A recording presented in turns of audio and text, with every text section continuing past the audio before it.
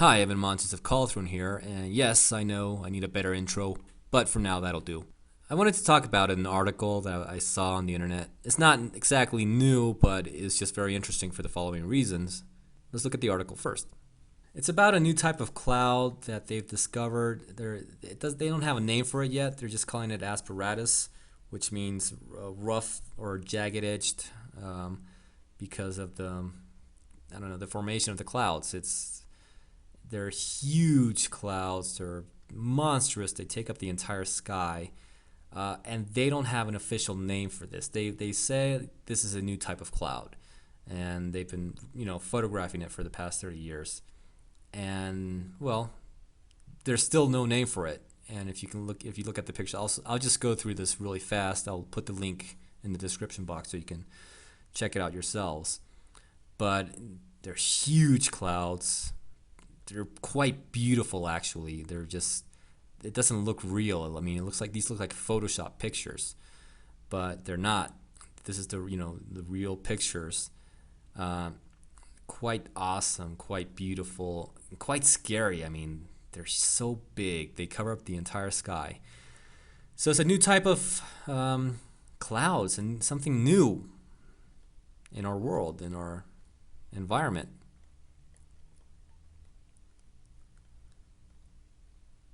And what's funny is that these clouds, they have a strange behavior.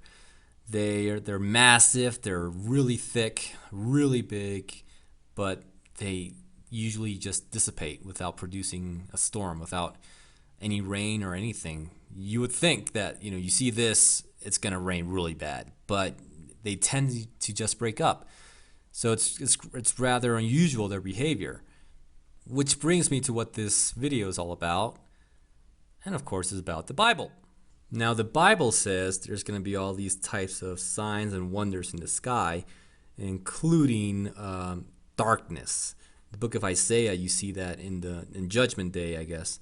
The stars, the moon, the sun will all be darkened.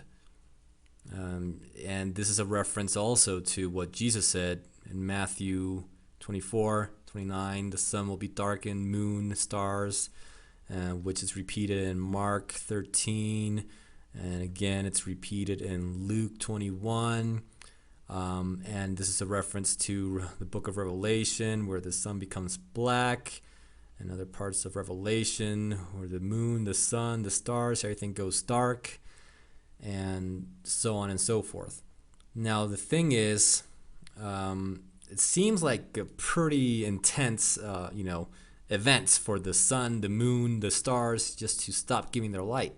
However, one day God spoke to one of his modern day prophets.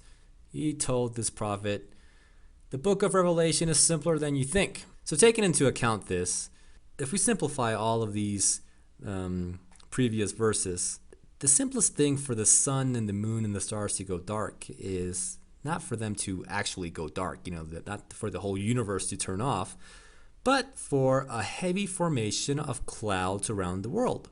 Could it be?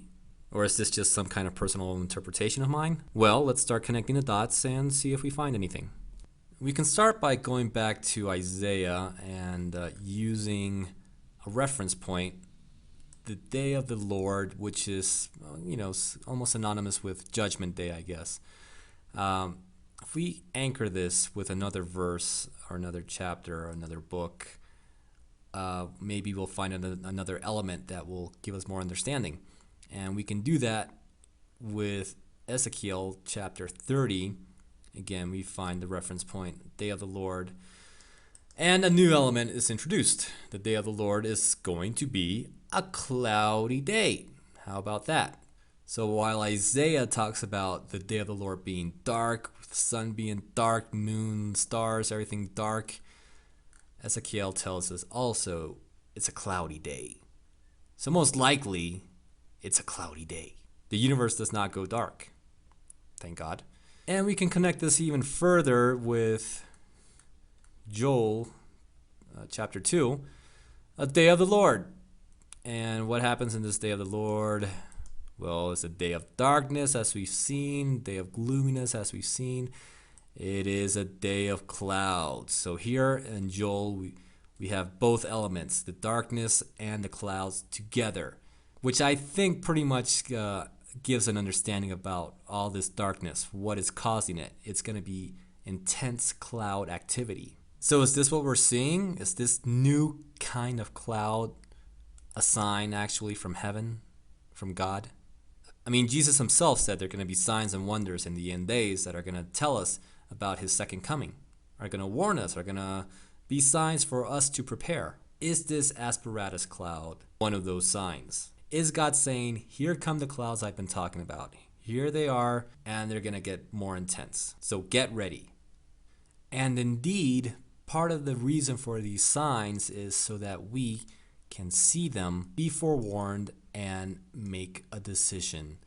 Multitudes, multitudes in the valley of decision, for the day of the Lord is near in the valley of decision. Seeing these signs, seeing that God is real, that the Bible is truth, that things are happening accordingly, this will give us an option to make a decision. Are we going to believe God? Are we going to believe his word? And are we going to be prepared for what's coming? It's our decision. It's a decision we can make right now. However, there are problems. As usual, there's always problems. And the biggest problem with God's signs are when people do not see the signs.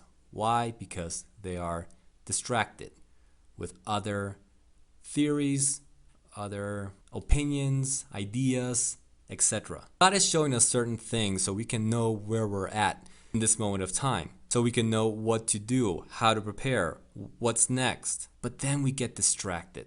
We don't see the signs. We think it's something else. We think it's man-made. And hence we end up with the wrong solutions to the wrong problem. So the purpose of this video is for you to consider what's in the Bible, what God is saying and what God has written in his Bible and what's happening right now. I'm not here to debate HAARP or global warming. You know, there's a billion videos with all this, but this video is just to present to you this point of view, this biblical point of view. Not to debate. I don't care about debating, really. It's a waste of time. But just consider what's in the Bible. Consider what's been written for thousands of years. Take it into account, meditate on it, research it, investigate it, read about it. And if you're interested enough about it, pray to God. Just pray. Ask him. He's not going to keep anything a secret from you. But are you willing to humble yourselves? Are you willing to acknowledge that maybe you don't have all the answers? So, choice is yours. Thank you for watching. God bless and take care.